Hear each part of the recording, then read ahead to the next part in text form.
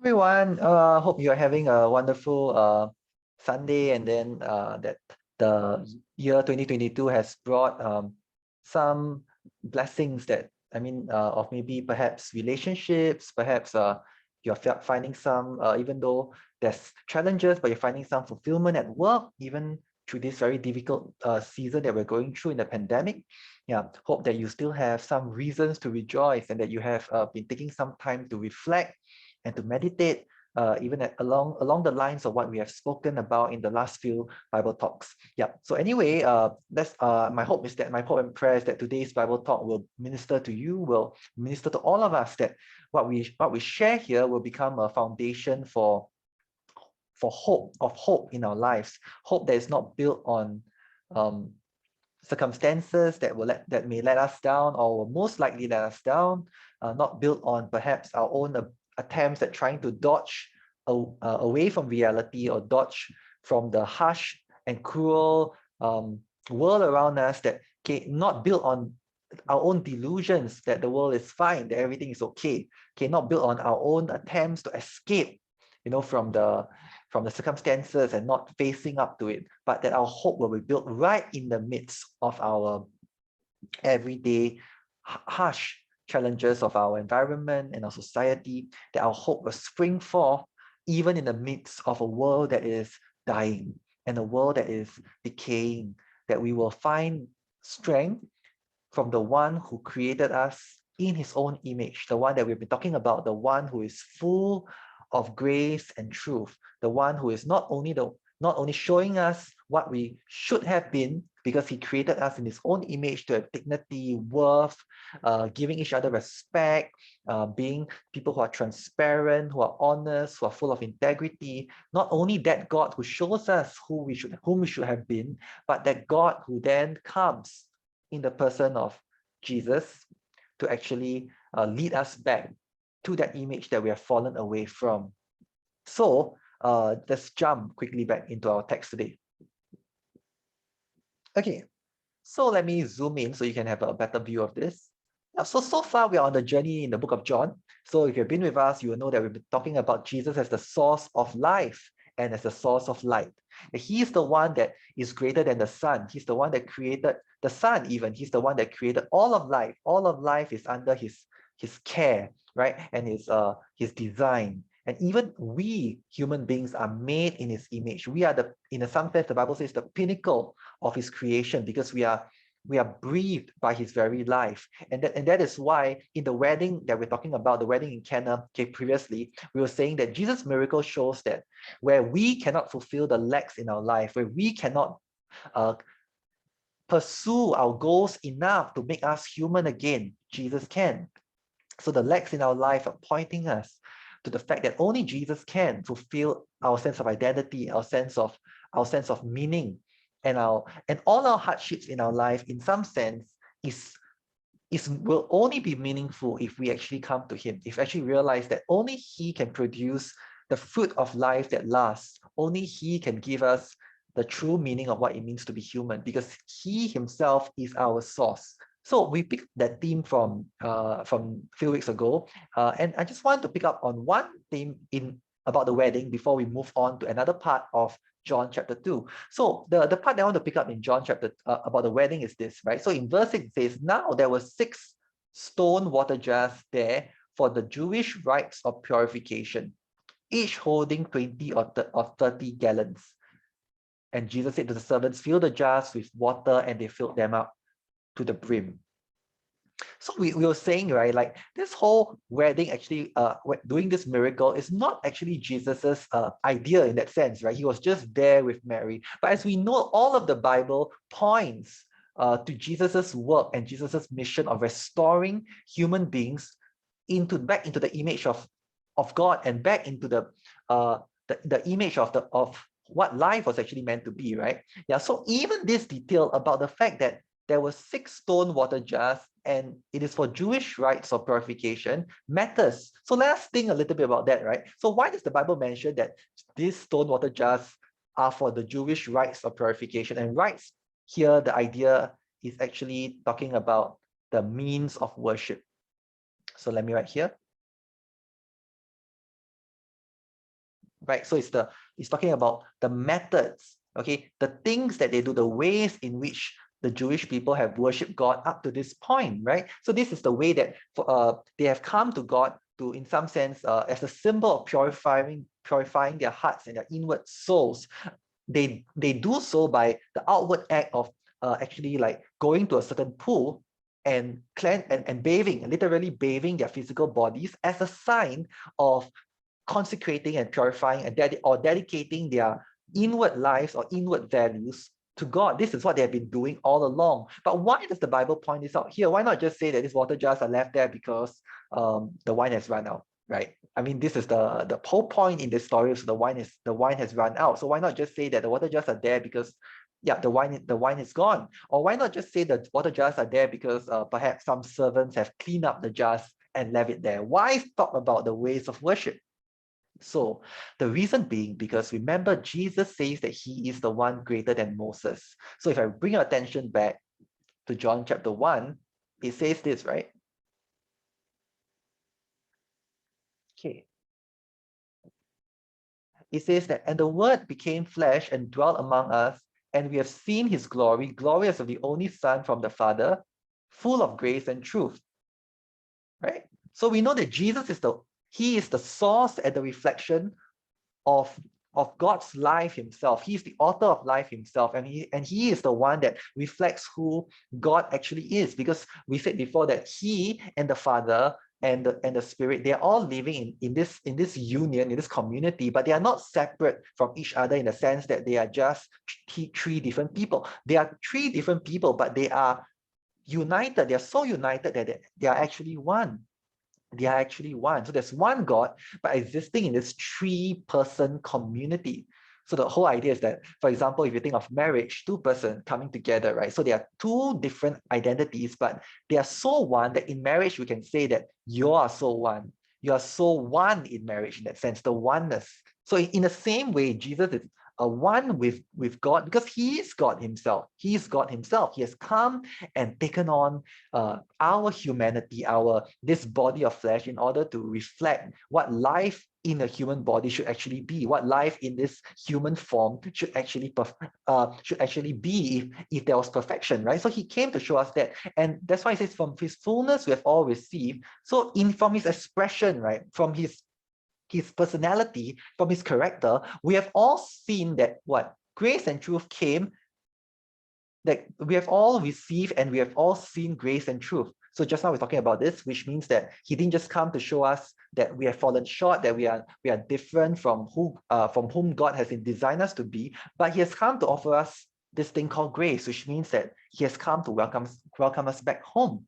He's the one that is the great welcome that we are waiting for, right? The one that accepts us no matter how we have been, whether we can accept ourselves or not, or whether we feel that somehow the things that we have done in our life, or the way that we have lived our life, or the way that society has taught us to live our life has somehow dehumanized us, but he is welcoming us back home to what it means to be a human again, right? But more than that, it says that this grace and truth is from the Father, and it's something more than what Moses had, because you see here, for the law was given through Moses. So Moses is not a reflection of, Moses did not bring the fullness of grace and truth like Jesus is bringing here. Moses just brought, so Moses in the Bible was a great hero that God used to actually lead the Israelites, his people, out of slavery. So Moses was used by God to part the Red Sea, right? I mean, he did part the Red Sea, but he was used by God to demonstrate these great signs and wonders. But Jesus is saying there is someone that would come that is greater than Moses, which is himself. So Moses is a reflection of the law, because Moses is the one that God used to pass down the law meaning the 10 commandments. So when God actually spoke to his people saying, do not kill, or do not steal, or do not worship another god. So these are all indicators. The law is in some sense an indicator. So when you think about the law in the Bible, it's an indicator of perfection. So if we are perfect, we would live this way. And again, do not steal, do not kill doesn't just mean I don't do the act. It means that I love. And what is love? Love is not just a feeling. Love is a conscious choice and commitment to do good for someone other than myself, right? So how many people have you met in your world that carry that intent to actually do good beyond themselves? Actually do that, not because there's something in it for them. So the law shows us what we should be, which is that loving our neighbor and therefore not hurting them, because killing starts with the intent to manipulate and hurt, right? Because for your own profit, for your own gain, for your own reputation, you lie. You lie.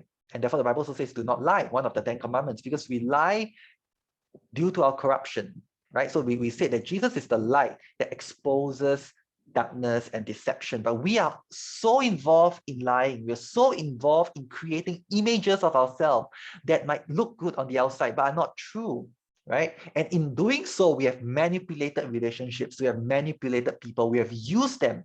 We have not served them. So the law shows all this, right? So Moses is the bringer of all this. He's the bringer of conviction. In that sense, Moses is like John the Baptist, because what did John the Baptist do? He's the one that cries in the wilderness saying, make straight the way of the Lord.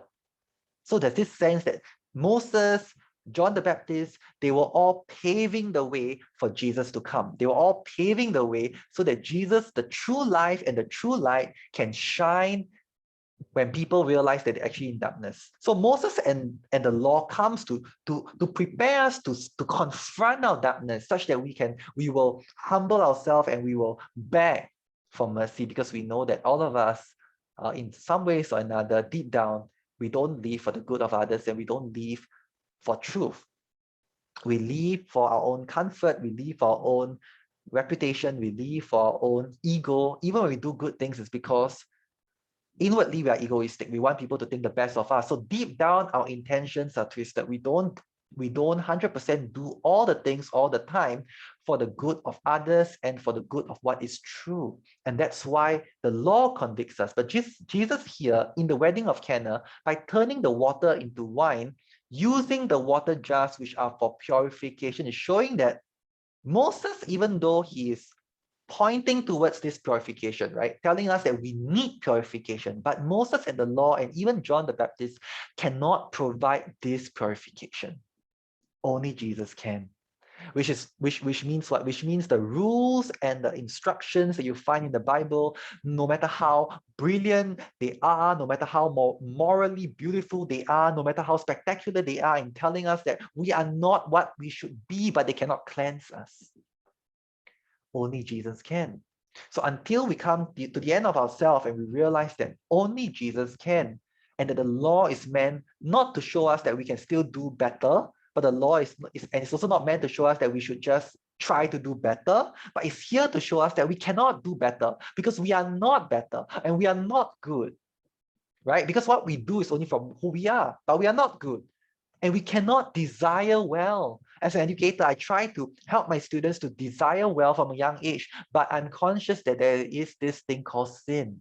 There's imperfection, there is death, there is untruth in their own hearts. There's lying to them about the fact that they are better than others, that somehow they are more deserving than others, and they will not stop to consider the good of others as they grow up, even though they might try, but they will fail. So indeed, how does Jesus solve the problem? Jesus doesn't just come as a pointer, as what the law is. Jesus comes to do in us and for us what the law can never do and what we can never do for ourselves, which is to actually cleanse ourselves. There's a purification.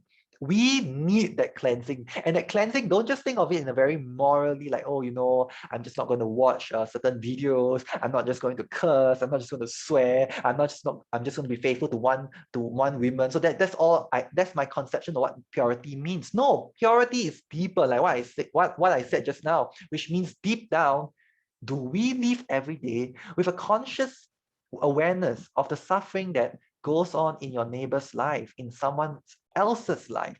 Are we conscious that the person sitting beside you or the person in your under the same roof or the person working with you in the office is actually suffering something, even though you are not suffering, but you want to lay your life on the line, or to lay yourself on the line, or to put yourself on the line for that person? Do you have that conscious desire day by day and 100%? No, we don't, right?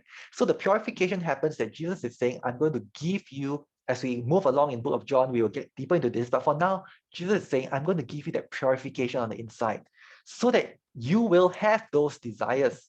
He can cleanse us deep within. He can truly give us that desire to do what is true and noble. For the first time, not because we want any fame, but for the first time because we truly care. And for the first time because we truly love, not a sentimental love, but the active love, the passionate love, the love that wants to do what is good and true for someone other than ourselves. So this is what Jesus has come to do, right? To help us to love God, to know God, which we cannot on our own as well unless light shines. We said about this before, we are in darkness, light must shine, right? And secondly, the light must shine through us into the lives of others, but only Jesus can. So that's why Jesus is saying that he is actually the only one who can turn the water into the true wine of life, which means that if it's the law, just the law, the just are going to remain empty. If it's just the laws and the rites of purification, the Jewish rites, the water is just going to stay as water. But if Jesus is involved, the water can turn into the wine of life. The dull water, the water that is dull and mediocre meaning that all of us now share in this mediocre fate, right? Which means we live just for today, we live just for the moment. And I was just thinking about it, right? We are just, some of us seem to be so optimistic, but even the optimism and this bright perspective of life is actually just limited to the now. We are saying, why not just enjoy now, because actually the future is bleak, right? But Jesus is saying, no, I'm going to give you a future, like we talked about the previous Bible talk, where suffering is no more. I'm going to cleanse all injustice. So because you have that future in mind that he's inviting you into, that one day you know you're going to live in an eternity where suffering is really no more, where death is really no more, where injustice is really no more. It has been cleansed in that new home that is calling you even right now. You can live right now truly seeking that purification within.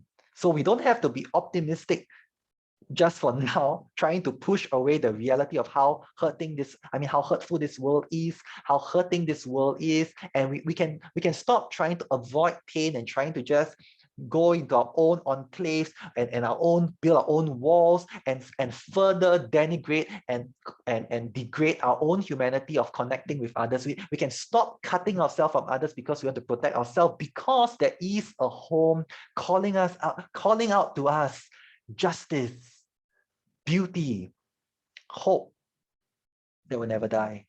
Hope that will never die is calling out to us from all eternity that we cannot see right now. But if we have this hope, then we are also being purified. If you have this hope today, the Bible says you are being, in another part of the Bible, it says you are actually being purified, because you are now living life not just for the hope of now, which is it's just trying to be positive for the now, but actually this positivity will cause you to deny a lot of things that's happening and just try to live very inwardly. But you can have the true positive outlook, which goes on for all eternity, because you know that you can face suffering squarely, and you can be able to mourn deeply, and you can be able to open up your heart fully for the good of someone else other than yourself, because you are being purified by the hope of an eternity that where suffering and death and unjust leaders and corruption and greed will no longer hurt you and will no longer be in you. So some people, we bemoan the injustices outside, but even the injustices inside that we do to ourselves whenever we close up, we cause our humanity to die, that thing too will be removed in the new home that God is building for us. So just to leave us with one last thought before we close today, okay? So just moving on to this part, right? When Jesus cleanses the temple. So after the whole miracle at the wedding of Cana, Jesus moved on actually and went up to Jerusalem. So Jerusalem, as we know, is the capital city. And what else, right? Right in the capital city is where the temple is. That's why there's all the temple. Okay, so along this idea of the rites of purification, right, where we say that the Jews believe in washing themselves, their body, physical bodies, in order to come to God, okay, as a reflection that inwardly they are trying to surrender their life as much as they can to God. They are doing that outwardly. In doing that, the whole of this, the center of this activity is actually found in Jerusalem, because that's where all the teachers of the law, that's where all the, and by this law, I don't mean like what we think about our law and our justice courts today, but they are the ones that teach God's law. So again, God's law, right, the one that Moses came to bring, right, which shows us and point us out to be imperfect, but can't help us, right? We know that. And therefore they're all concentrated in Jerusalem. This whole activity is concentrated in Jerusalem, that you would say is like what we would know probably as the capital, right? So in some sense, Jerusalem is like the capital. Jerusalem is like the main stronghold of Jewish religion. Okay, so there's the temple going on and all that. So if you want to find the Jewish system, you want to find the Jewish pattern of how they approach God in those days, the perspective of how they view their own sin and what is needed, like the purifying rituals of bathing themselves physically, you can find it in Jerusalem. And then there's another thing that is a pattern that they do as well. So let's look into this, right? So what they did is that there were people selling oxen and sheep and pigeons outside the temple. And they were selling it. So you might ask yourself, why in a temple would people be selling pigeons? Why? Because all these oxen and sheep and pigeons, all these cute little animals, if you're an animal lover, okay, all these are actually meant for sacrifices. They were actually sacrifices that the people used in order to approach God. And this was part of the law. So the part of the law was actually that you're supposed to sacrifice an animal. Why? Because that reflects on your own sin. So when you come to God, you bring an animal that has to be sacrificed in the temple. Okay, and there are many, many different rituals. I'm not going to that today. Okay, there's rituals for certain festivities that you have to sacrifice certain kinds of animals in a certain way. There's also for certain kind of wrongdoing, you have to do it in a certain way. And there's also the evening and morning sacrifices in the day. Daily, you have to sacrifice certain different kinds of animals as well. So all this shows that there's a system of coming to God where you actually realize it's actually to show the people that I cannot come to God on my own terms. I cannot just come to to come to the temple and just pray, for example, to even just tell God about my day and about what I hope that He would help me in my life. I can't just do that. Why? Because I'm a sinner and He's God, right? So remember, because God shines in the darkness. That's the whole thing about God. God is a God that shines in the darkness. He can't just ignore darkness. He will shine. So if He shines into our darkness, but we don't have a sacrifice, then we will be consumed. We will be judged, surely, because we have fallen so far from that perfection of loving Him and loving people other than ourselves. We are unable to do that. Therefore, God provided this system for His people then, which is that as a way to show them that they needed mercy. This whole idea, this system is actually originally intended to show mercy, which means you can only come to God if He extends mercy to you. But look what is happening here. There were people actually selling oxen and sheep. So what's the idea here? The idea is there's a group of worshippers who are coming every week, right, to the temple. Imagine you're going to church. So every week they're coming, and they can just what? They can just buy the sacrifices at the door, right? And then they take the sacrifices and they just go and sacrifice, and they just go and lay it on the altar, and then they get the ritual done and they can offer their prayers. So there's this routine that's going on. This system is a system of routine, right? It's just, it makes it very convenient and routine for these people to just come to God's presence and to buy an animal at the door. But was this what God intended? So actually in the Old Testament, the older part, I mean the first half of the Bible, the Old Testament, okay, now we are in the New Testament. So the New Testament starts with Jesus entering, right? But before that, how actually God intended this to be, how He instituted this system is that He wanted people to actually grow their own cattle. They are a lot of them were actually like they have farms, okay, for to rear these animals. So as part of their both agriculture and livestock way of life, okay, raising livestock as a way of business, as a way of life, they would take from their own livestock and their own farm, okay, animals that they reared and they cared for, okay, for a long time, okay. So they, I mean, to care, to cultivate, to feed them, to nourish these animals until they came to a certain point in time. The people will then take these animals that they have reared for quite some time, and then bring them to the temple and lay them on the altar, and then and seeing the and then letting the priest slaughter these animals to show that, I need mercy. But now my punishment for my wrong is now placed on this innocent life.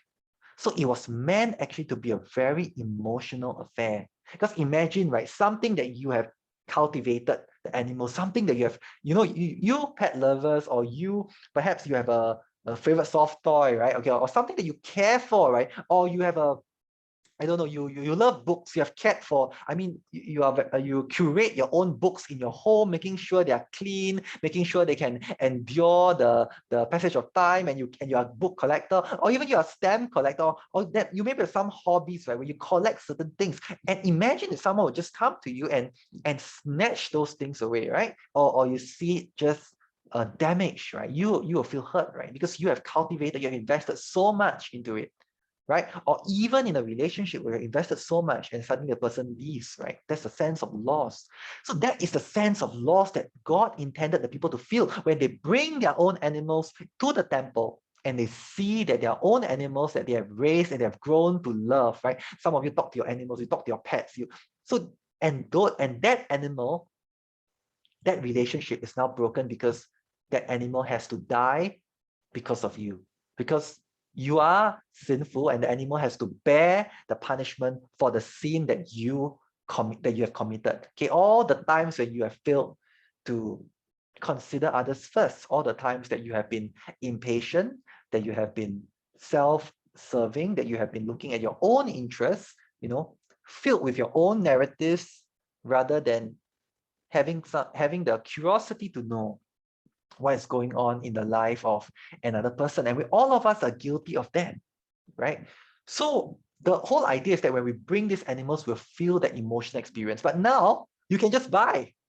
You can just buy from those traders at the temple. So it destroys and cuts off the emotional experience, that sense that actually I am a sinner. That this whole ritual, this whole routine is for me to know that I need mercy, right? And that God has provided a way that in these animal sacrifices, I can come to Him. That somehow my sin is so serious. It's not just something that I can just buy and then that's it. It's a ritual and I just bring it to the temple and then the priest will go on and sacrifice the animals. But I have little connection with the animals to begin with. It's not supposed to be like that. But it has become like that. So it has become, in a way, just a shadow of what it was supposed to be, without that true sense that this whole system was created to show us that we are deeply sinful and hopeless unless God extends mercy to us, which He has, right?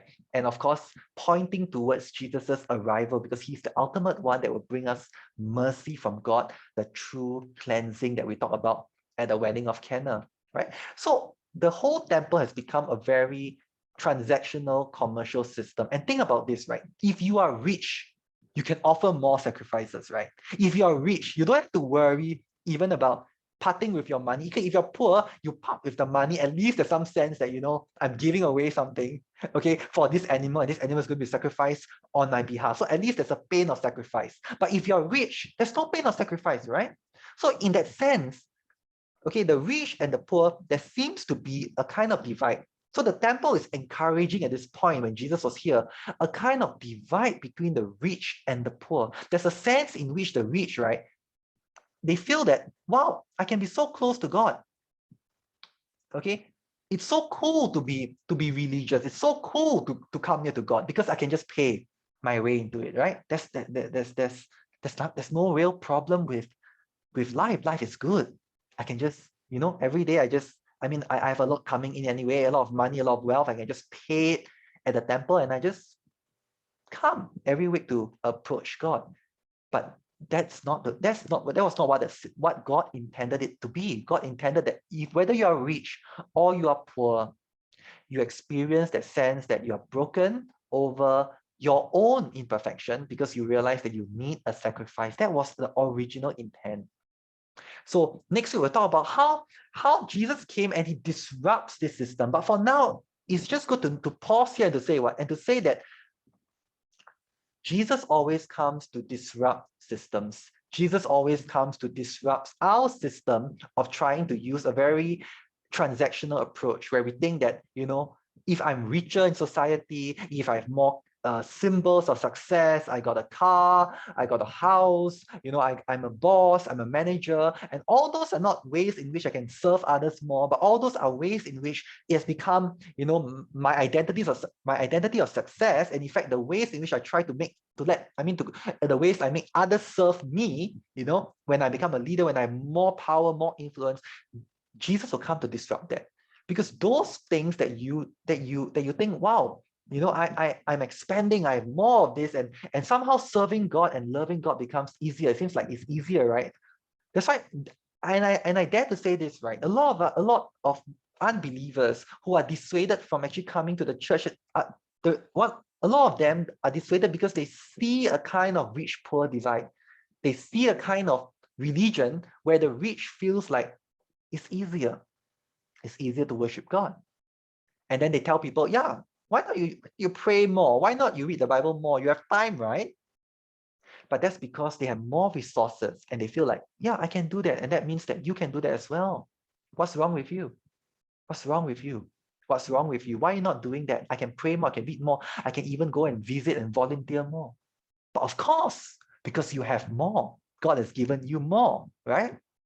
So in the same way, this system in Jesus's time reflected that kind of tension, where the rich felt it's easy, but the poor are not being helped. And they are feeling like the distance from God is getting greater and greater. But Jesus is coming and he's disrupting this system. And he's asking this question, is the rich truly closer to God? Is it truly easy, as the rich say, to come near to God? Or are they feeling that it's easy just because they are able to buy the animals, or like today you have more resources and you feel like, hey, my Christian life is going well. I think it's great. I think I'm obeying God. Is it supposed to feel like that? And is it more because of your status and your wealth? And because of this, you have also looked down on those who are poor, those who may not have enough, and Jesus will come and he will equalize the whole situation. Because when he comes, as we talk about in the following weeks, he, once again, let's bring us back to the point, is what he comes to give all who are empty life. Remember, all the water jars were empty. So if you're rich or you are poor, you are of social status or you are not, you are still desperately empty. That is Jesus's message to you. So have we forgotten that Jesus's message is that only in him is full of grace and truth? Full. So the idea is that only in him we find fullness, not in the water jars. No matter how much whether we can get it easily. I'm sure the rich can get many water jars for purification. They can buy them. They can do all these rituals easily. But Jesus is saying no.